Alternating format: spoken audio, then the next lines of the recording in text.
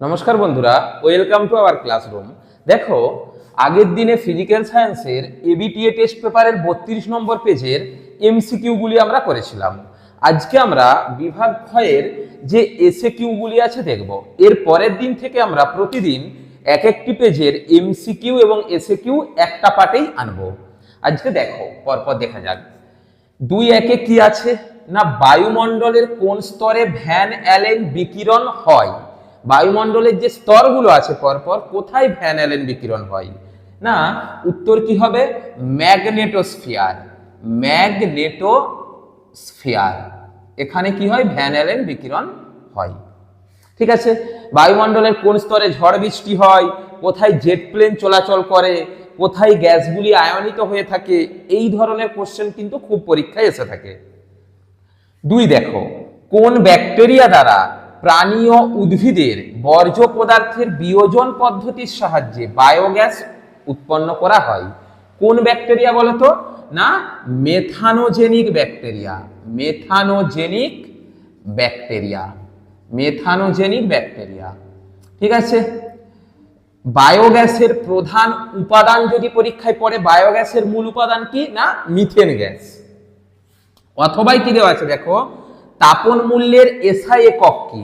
তাপন মূল্য জিনিসটা কি না, একক ভরের কোন জ্বালানির সম্পূর্ণ দহনে যেটুকু তাপ শক্তি পেয়ে থাকি তাকে বলা হয় ওই জ্বালানিটার তাপন মূল্য।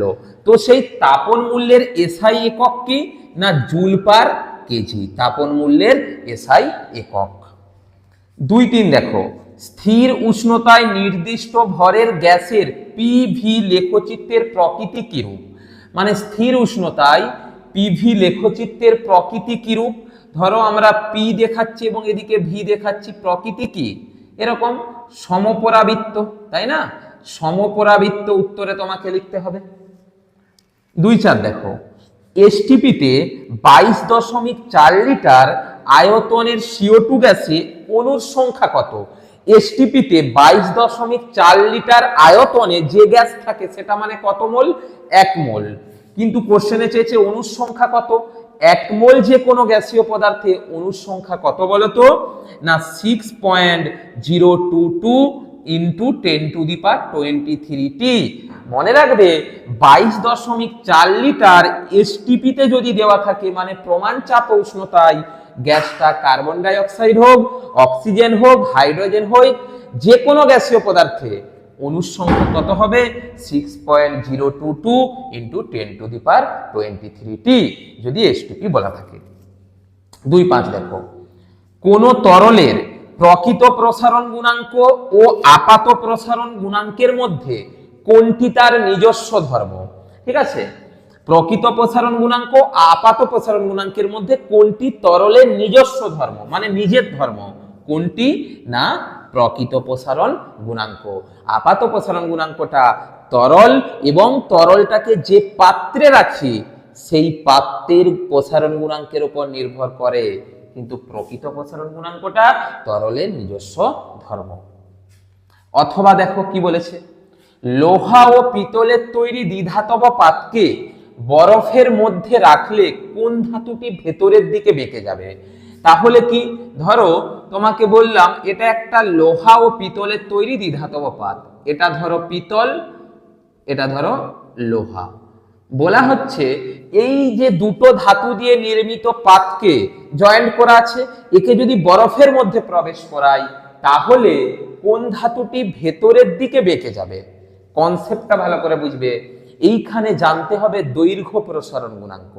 দৈর্ঘ্য প্রসারণ গুণাঙ্ক কি না, কোনো একটা ধাতুর উষ্ণতা প্রতি একক ডিগ্রি বৃদ্ধির জন্য প্রতি একক দৈর্ঘ্যে তার দৈর্ঘ্য যতটুকু বাড়ে সেটিকে বলা হয় দৈর্ঘ্য প্রসারণ গুণাঙ্ক।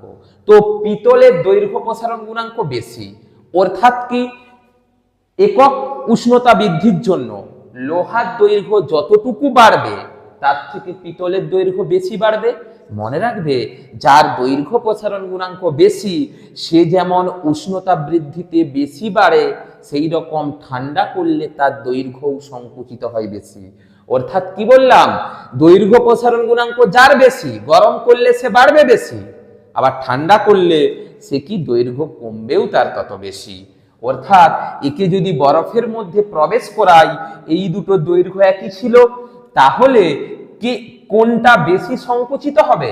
না পিতলটা বেশি সংকুচিত হবে, যেহেতু ঠান্ডা করছে, আর লোহাটা কম সংকুচিত হবে। অর্থাৎ এইভাবে যদি বেঁকে যায় পাতটা, ঠিক আছে না, এইভাবে যদি বেঁকে যায়, তাহলে ভিতরটা কি হবে?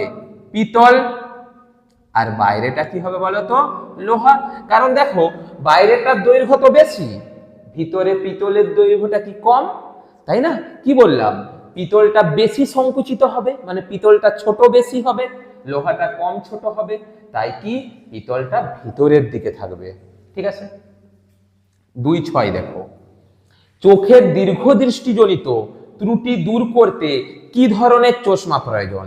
দীর্ঘদৃষ্টি কি না কোনো সাধারণ চোখে তার নিকট বিন্দু 25 সেমি থেকে কি হয়? অসীম, দূরবিন্দুটা অসীম দেখতে পায় কোনো স্বাভাবিক চোখ। কিন্তু যেসব চোখে দূরের জিনিসটাকে সুস্পষ্টভাবে দেখতে পায় কিন্তু কাছের জিনিস দেখতে সমস্যা হয়, সেটাকে আমরা বলি দীর্ঘদৃষ্টিজনিত ত্রুটি বা হাইপারমেট্রোপিয়া। এবং এই সমস্ত ক্ষেত্রে ওই ত্রুটি দূর করবার জন্য উত্তল লেন্সযুক্ত চশমা ব্যবহার করা হয়। কেন হয় এর ব্যাখ্যা দেখবে এই চ্যানেলেই আলো চ্যাপ্টারটি কমপ্লিট করানো আছে। না বুঝতে পারলে এই ধরনের কোশ্চেনগুলোর জন্য তোমরা কিন্তু চ্যানেলে এর প্লেলিস্ট করা আছে, দেখে নিতে পারবে। 7 নম্বর দেখো, ক্ষুদ্র উন্মেষযুক্ত দর্পণে উপাক্ষীয় রশ্মির আপতনের ক্ষেত্রে ফোকাস দূরত্ব ও বক্রতা ব্যাসার্ধের সম্পর্ক কি হবে? সম্পর্ক কি থাকে? না বক্রতা ব্যাসার্ধ আর সমান কি না 2 ইন্টু ফোকাস দৈর্ঘ্য, 2 ইন্টু ফোকাস দৈর্ঘ্য এফ, তাই তো? আর সমান 2f। 8 নম্বর দেখো, বিওটি এককের সংজ্ঞা লেখো। বিওটি কি? বিওটি হচ্ছে বোর্ড অফ ট্রেড ইউনিট, এটা তড়িৎ শক্তির একটা ব্যবহারিক একক। তো বিওটি একক মানে কি না 1 কিলোওয়াট ক্ষমতা সম্পন্ন কোনো বৈদ্যুতিক যন্ত্র 1 ঘন্টা চললে যে পরিমাণ বিদ্যুৎ শক্তি খরচ হয় তাকে বলা হয় 1 বিওটি। কি বললাম? 1 কিলোওয়াট ক্ষমতা সম্পন্ন কোনো বৈদ্যুতিক যন্ত্র, কোনো বৈদ্যুতিক যন্ত্র 1 ঘন্টা চললে যে পরিমাণ বিদ্যুৎ শক্তি খরচ হয় বা তড়িৎ শক্তি খরচ হয় তাকে 1 কিলোওয়াট ঘন্টা বা 1 বিওটি বলা হয়। 1 বিওটি বলা হয়। বোঝা গেল না? 1 কিলোওয়াটের কোনো বৈদ্যুতিক যন্ত্র যদি 1 ঘন্টা চলে, তাহলে যে পরিমাণ তড়িৎ শক্তি খরচ হয় সেই তড়িৎ শক্তির পরিমাণটাকে বলবো কি আমরা? 1 বিওটি। অথবা দিয়ে দেখো, এসআই পদ্ধতিতে আধানের একক কি? না এসআই পদ্ধতিতে আধানের একক জানো কি? কুলম্ব, তাই তো? দেখো পরেরটি দেখো 2.9, বর্তমানে আন্তর্জাতিক পদ্ধতি অনুযায়ী আর্থ তারের বর্ণ কি? অর্থাৎ আর্থিং করার জন্য যে তার ব্যবহার করি সেই তারের বর্ণ কি? না বর্তমানে সবুজ বর্ণের, আন্তর্জাতিক নিয়ম অনুযায়ী। পরেরটি দেখো, কোন ধরনের নিউক্লিয় বিক্রিয়া সূর্যের শক্তির উৎস? অর্থাৎ সূর্যে যে প্রচুর পরিমাণে শক্তি পাওয়া যায় সেটা কোন ধরনের নিউক্লিয় বিক্রিয়া? উত্তর কি হবে? নিউক্লিয় সংযোজন। এর সাথে এটি মনে রাখবে তোমরা কি না পারমাণবিক বোমা যদি পরীক্ষায় পড়ে তখন কি হবে? নিউক্লিয় বিভাজন। ঠিক আছে। আর সূর্যতে সংযোজন বা অন্য কোনো নক্ষত্র দিলেও নিউক্লিয় সংযোজন। অথবাটি দেখো, কোনো পুরাতাত্ত্বিক বস্তুর বয়স নির্ধারণ করতে কোন তেজস্ক্রিয় মৌল ব্যবহার করা হয়? পুরাতাত্ত্বিক বস্তু মানে পুরনো দিনের কোনো বস্তু, ধরো মাটির বহু নিচে পুরনো দিনের কোনো বস্তু খুঁজে পাওয়া গেছে, তার বয়স নির্ণয় করতে সে কতদিনের পুরনো সেটা বুঝতে কোন তেজস্ক্রিয় মৌল ব্যবহার করা হয়? না কার্বনের কোন আইসোটোপ? C14 isotope. এই মৌলটা ব্যবহার করা হয়। 2.11 দেখো, অতি দীর্ঘ পর্যায়ে মৌলের সংখ্যা কয়টি? অতি দীর্ঘ পর্যায় সারণীর কোন পর্যায়কে বলা হয় বলতো? না ষষ্ঠ পর্যায় ও সপ্তম পর্যায়। প্রথম পর্যায়ে মৌল কটি? 2টি, 2, 8, 8 আছে না, তারপর কি 18, 18, তারপরে 32, 32, মানে প্রথম পর্যায়ে 2টি মৌল, দ্বিতীয় তৃতীয় পর্যায়ে 8টি করে, চতুর্থ পঞ্চমে 18টি করে মৌল, আর ষষ্ঠ সপ্তমে 32টি করে মৌল। একটু মনে করে নাও, প্রথম পর্যায়কে বলা হয় পর্যায় সারণীর অতি হ্রস্ব পর্যায়, দ্বিতীয় এবং তৃতীয়কে বলা হয় হ্রস্ব পর্যায়, চতুর্থ পঞ্চমকে বলা হয় দীর্ঘ পর্যায়, ষষ্ঠ সপ্তমকে বলা হয় অতি দীর্ঘ পর্যায়। কোশ্চেনে দিয়েছে অতি দীর্ঘ পর্যায়ে মৌলের সংখ্যা কটি, তাহলে উত্তর কত হবে? 32টি, তাই না? একটাতে যদি ধরি, দুটোতে ধরলে আবার ডাবল হয়ে যাবে। 12টা দেখো, পরীক্ষাগারে কৃত্রিমভাবে তৈরি একটি মৌলের নাম লেখো। পর্যায় সারণীতে যে টোটাল 118টি মৌল আছে তার মধ্যে সমস্ত কিন্তু প্রকৃতিতে পাওয়া যায় না। ইউরেনিয়ামোত্তর মৌল যেগুলো, মানে ইউরেনিয়ামের পরবর্তী যে মৌলগুলো, সেগুলোকে কৃত্রিমভাবে পরীক্ষাগারে তৈরি করা হয়েছে। সেই মৌলগুলোর নাম জানতে চেয়েছে একটি। কি হবে ইউরেনিয়াম পরবর্তী বলতো? নেপচুনিয়াম হবে, প্লুটোনিয়াম হবে। একটাই লিখে রাখছি নেপচুনিয়াম, যেহেতু একটা বলেছে। ঠিক আছে। 2.13 দেখো, জলে দ্রবীভূত হয় এমন একটি সমযোজী যৌগের উদাহরণ দাও। জলে দ্রবীভূত হয় এমন সমযোজী যৌগ কি হবে? চিনি হবে। তাছাড়া তুমি গ্লুকোজ লিখতে পারো, গ্লুকোজও হবে। হয়েছে। 2.14 দেখো, তড়িৎ বিশ্লেষণের সময় কোন শক্তি রাসায়নিক বিক্রিয়া ঘটানোর জন্য দায়ী? তড়িৎ বিশ্লেষণের সময় কোন শক্তি? না তড়িৎ শক্তি রাসায়নিক শক্তিতে রূপান্তর হয়, মানে তড়িৎ শক্তি ব্যবহৃত হয়। এক্ষেত্রে মনে রাখবে ডিসি প্রবাহ মানে সমপ্রবাহ কিন্তু ব্যবহৃত হয়। 2.15 দেখো, খুব ভালো কোশ্চেন। জলের তড়িৎ বিশ্লেষণে ক্যাথোডে উৎপন্ন হয় কোন গ্যাস, যার মধ্যে জ্বলন্ত পাটকাঠি ধরলে কাঠি নিভে গিয়ে গ্যাসটি নীল শিখায় জ্বলে? জলের তড়িৎ বিশ্লেষণ মানে কি? H2O আছে, এখানে অবশ্যই সামান্য H2SO4 মেশানো হয়। তো এখানে কি হয়? এই যে কিভাবে ভাঙে, H+ ও H- এই আকারে ভাঙছে। কোশ্চেনে বলেছে ক্যাথোডে কোন গ্যাস উৎপন্ন হবে, তাহলে এইখানে যে দুটো আয়ন হয়েছে এটা কি ক্যাটায়ন আর এটা কি না অ্যানায়ন। আমরা কি জানি তড়িৎ বিশ্লেষণে এই যে ধনাত্মক আয়ন বা ক্যাটায়ন ক্যাথোডের দিকে যায়, অ্যানায়ন অ্যানোডের দিকে যায়। তাহলে এই ক্যাটায়নটি কোথায় যাবে? ক্যাথোডে। তাহলে ক্যাথোড বিক্রিয়া হিসেবে কি ঘটবে? ক্যাথোড বিক্রিয়া হিসেবে H+ যাবে, ওর মাথায় ইলেকট্রন ঘাটতি আছে, ও একটা ইলেকট্রন গ্রহণ করবে, দিয়ে কিসে পরিণত হবে বলো তো? H এ পরিণত হবে। কিন্তু H কি হিসাবে থাকে? H2 হিসেবে, মানে দুটো দুটো H জুড়ে জুড়ে থাকে। তাই দুটো H, আমরা দুটো ইলেকট্রন লিখে কি লিখব? H2 gas. অর্থাৎ ক্যাথোডে কোন গ্যাস উৎপন্ন হচ্ছে? জলের তড়িৎ বিশ্লেষণে ক্যাথোডে উৎপন্ন হয় হাইড্রোজেন গ্যাস, অ্যানোডে অক্সিজেন। এরপর কি বলেছে দেখো, কোন গ্যাস যার মধ্যে জ্বলন্ত পাটকাঠি ধরলে কাঠি নিভে গিয়ে গ্যাসটি নীল শিখায় জ্বলে? এই যে হাইড্রোজেন গ্যাস, এর আমরা একটা কি বিশেষ বৈশিষ্ট্য জানি? এ কিন্তু অন্য কাউকে জ্বলতে সাহায্য করে না। এ কি হয়? এ নিজে জ্বলে। মানে এই যে এই গ্যাসটা কি হয়? নিজে জ্বলে। এবং কোন শিখায় জ্বলে? না নীল শিখায় জ্বলে। অক্সিজেন কি করে? অন্য কিছুকে জ্বলতে সাহায্য করে। কোনো কিছুকে জ্বলতে সাহায্য করে অক্সিজেন, আর হাইড্রোজেন কি জ্বলতে সাহায্য করে না, নিজে নীল শিখায় জ্বলে। তাহলে উত্তরটা কি হবে এখানে? হাইড্রোজেন। এই যে বলেছে ধরলে কাঠি নিভে গিয়ে গ্যাসটি নীল শিখায় জ্বলে, মানে গ্যাসটা নিজে জ্বলে। উত্তর কি? হাইড্রোজেন। ঠিক আছে। পরেরটি দেখো, দেখো থার্মিট পদ্ধতি। এখানে মিলতে বলেছে বাম স্তম্ভ ও ডান স্তম্ভ। থার্মিট পদ্ধতিতে নিষ্কাশন করা হয় কি? লোহা, তাই না? থার্মিট পদ্ধতিতে লোহা। তোমরা কমেন্ট করবে থার্মিট পদ্ধতিতে বিজারক হিসেবে কি ব্যবহার করা হয়, এটিও পরীক্ষায় আসে। তারপর দেখো অ্যামালগাম। অ্যামালগাম কি বলতো? অ্যামালগাম হচ্ছে পারদের ধাতু সংকর। পারদ মানে Hg। তাহলে কোন অপশনে আছে দেখো? অপশন ডিতে আছে। তাহলে অ্যামালগাম কি হবে? NaHg, মানে সোডিয়াম অ্যামালগাম বা জিঙ্ক অ্যামালগাম, ZnHg এইগুলি। বায়োপলিমার। বায়োপলিমার কি?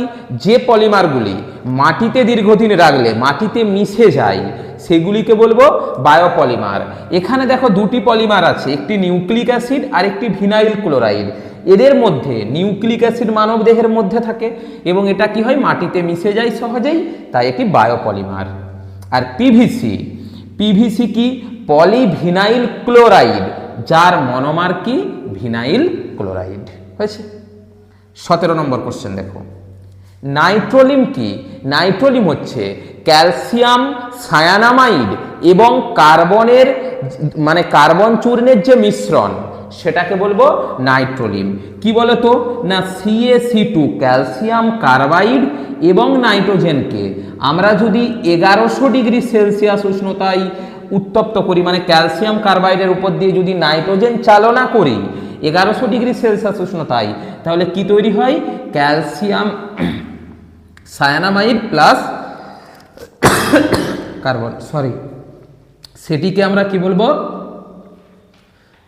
নাইট্রোলিম। দেখো এটিকে কি বলা হচ্ছে?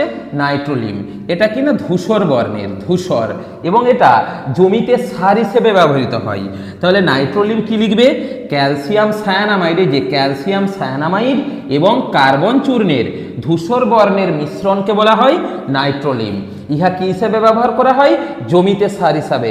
কিভাবে প্রস্তুত করা হয় না, ক্যালসিয়াম কার্বাইডের উপর দিয়ে 1100 ডিগ্রি সেলসিয়াস তাপমাত্রায় নাইট্রোজেন গ্যাস চালনা করলে নাইট্রোলিম উৎপন্ন বা তৈরি হয়। অথবা দেখো একটি আম্লিক গ্যাসের নাম লেখো। আম্লিক গ্যাস কি না H2S, যেটা কি অম্লধর্মী, হাইড্রোজেন সালফাইড। 18 নম্বর দেখো, শৌচাগারে প্রায়শই কোন গ্যাসের গন্ধ পাওয়া যায়? কি হবে না অ্যামোনিয়া। অ্যামোনিয়া যেটা কি, যেটা হচ্ছে ঝাঁঝালো গন্ধযুক্ত, খুব ঝাঁঝ যুক্ত। অথবা দেখো অ্যামোনিয়ার সঙ্গে কোন গ্যাসের বিক্রিয়ায় একটি কঠিন পদার্থ উৎপন্ন হয়? অ্যামোনিয়ার সাথে, মনে রাখবে অ্যামোনিয়া একটি গ্যাস, এর সঙ্গে যদি আমরা HCl গ্যাসকে যোগ করি, হাইড্রোজেন ক্লোরাইডকে, কি তৈরি হয়?